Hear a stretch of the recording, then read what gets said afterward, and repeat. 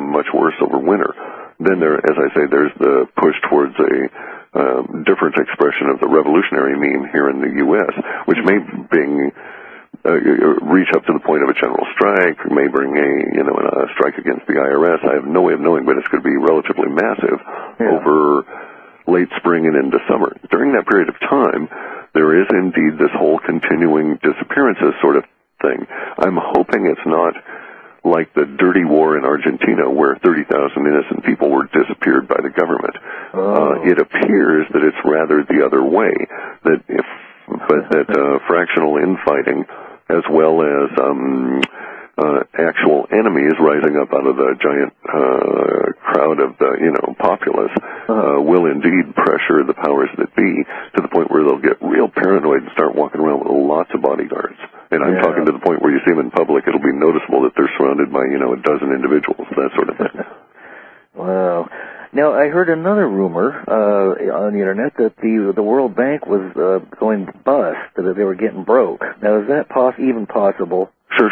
Actually, it's probable. It's predetermined. It must occur, and that's because the World Bank is really a creature of our Congress. It's not a World Bank, just as the Federal Reserve Bank is not part of the federal government, has no reserves, and is not really a bank. Right. So you have to understand, the Department of Defense wages war. It does not defend against anything. The Department of Education does not do anything other than school. It does not educate. Right. And government's primary function is to lie to you. The media's total function is to support the establishment no matter what. So they repeat the lies. And then the FDA is just an arm of the pharmaceutical manufacturers. Correct. Who present their own testing to the FDA and they rubber stamp it. Yeah, and besides, you see evidence of this when they're trying to figure a way to engineer out the placebo effect. Yeah. So that their tests will look a lot better. And it's like, whoa. Jeez. And but you're correct. The FDA's goal is to promote the profits of the pharmaceutical companies. Yeah. Oh, it's all so corrupt. I mean, it just everywhere you look, there's nowhere you can look that it isn't. While we still have a few minutes, I'm just going to turn you loose. And what would you like to share with the listeners about what you know or feel or would like to talk about? Boy, well, there's just so much. Yeah. I guess the thing to do is to look at everything from an entirely local perspective.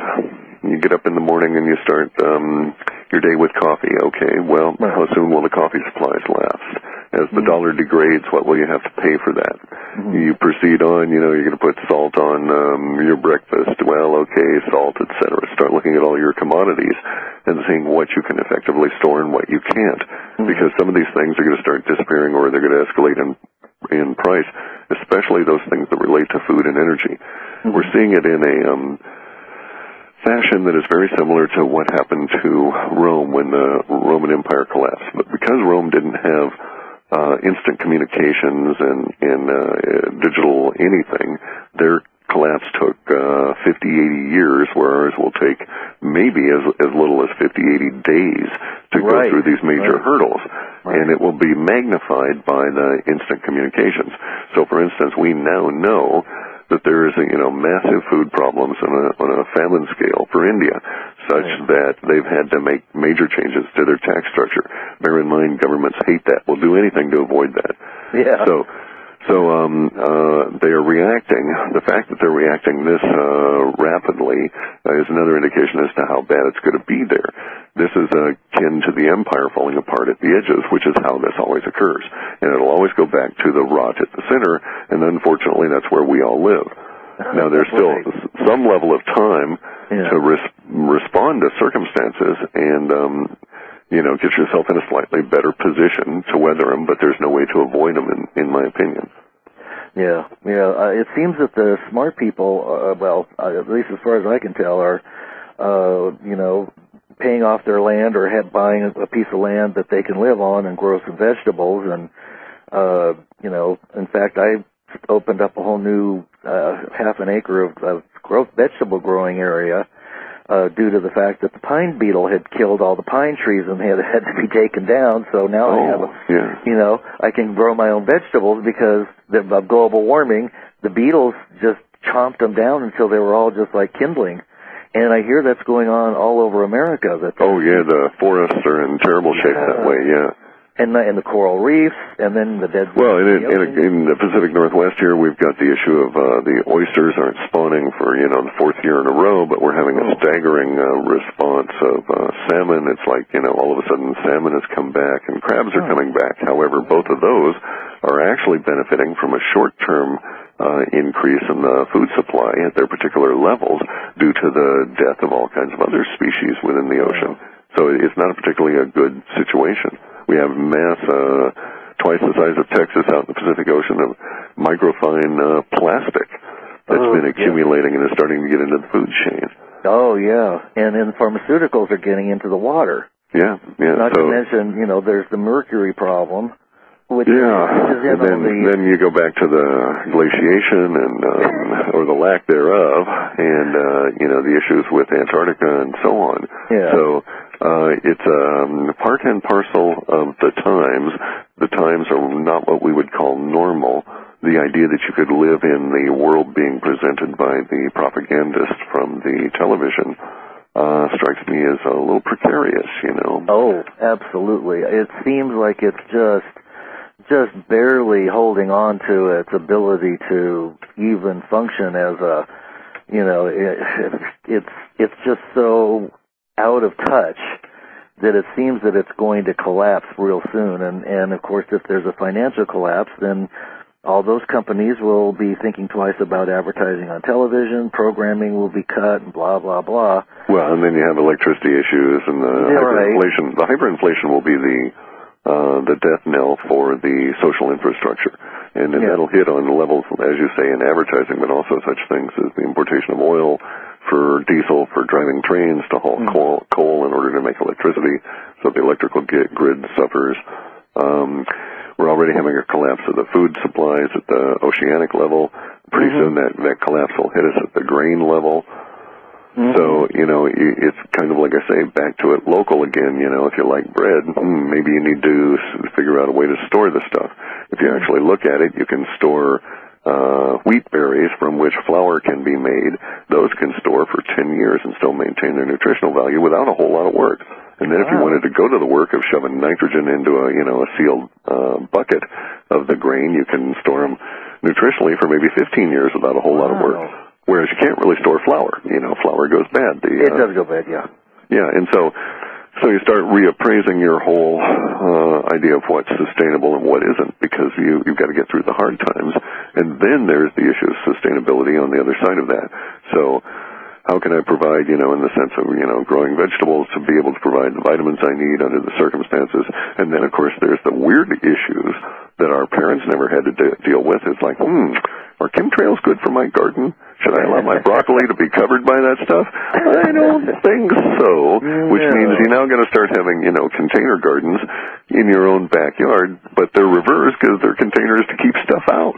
Right. And that's what I've done. I've got a bunch of cold frames that, are built with local lumber and plastic tops, and then I've got my grow dome, and basically, so I don't have to worry about the food I'm going to consume being polluted.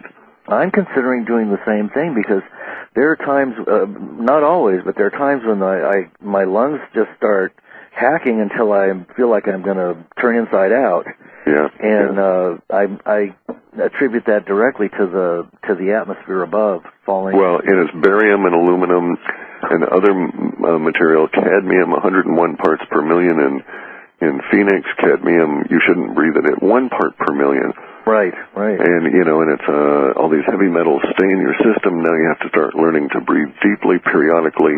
I would recommend that people who are interested in this go look up PACE, P-A-C-E. It's a progressive cardio program developed by this Dr. Spears. The mechanisms involved are very akin to what are practiced in the martial arts. So it's these heart and lung strengthening exercises that basically help you breathe in the lower abdomen, which helps you shed all these heavy metals. Not that aluminum's particularly heavy, but cadmium and barium certainly are. And aluminum, of course, is associated with Alzheimer's. Oh, well. Or dementia in general. Yeah, so the world is quite strange, and reaction to it anymore is like there's actually this thing in the whole science of yoga that's kind of cool. The book goes along and it says, it's warning you, and it's kind of doing its little Yoda thing, saying, now watch out, there are these various traps when you're set off on the path of enlightenment. And one of the traps is that you'll be walking along and you'll slip back into what's known as the doshas, or humor or view of the world that you used to have. In other words, you're walking along, everything's fine, and you think, why was I must have been really crazy to think that this New World Order and all of that business. And then it's like, oh, oops, wait a second. What's that up in the sky? Oh, yeah, that's right. The biggest conspiracy on the planet and right in front of my face. Yeah, all that other stuff is true. Better get back to it, you know? Yeah. Very good, very good.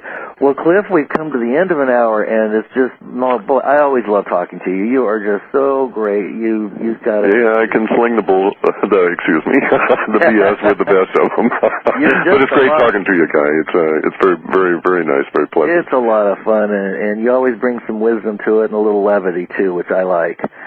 Would you tell people how they can get your report? I highly recommend it because it's inexpensive, and it is 50 pages of, extremely interesting and disturbing information.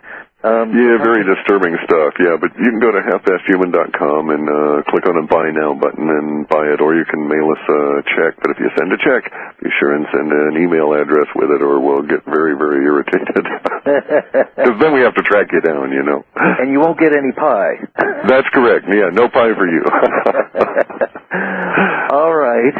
Well, I thank you very much, Cliff, and I can't wait to have you back again because you're always so much fun. Sure, we'll do this in a little bit here. I've got to get to work on the next series of reports, and I'll be, head down for a while. But when I pop it up again like a meerkat, I'll see if I can find you. All right, and I'll be watching for you on some of the other radio shows because they're all you're just doing. I love listening to you on all of them. So, of course. Well, thanks much. Like I say, I sure don't understand it. You need to find something better to do. I know. Well, I'm going to return to writing another book. So. Oh, there you go. Yeah, you won't be hearing from me as much then. Okay, cool. All right, Cliff, thanks a million, and best of luck with that project, and keep in touch. Okay, we'll talk to you. Bye. All righty. Good night, everybody.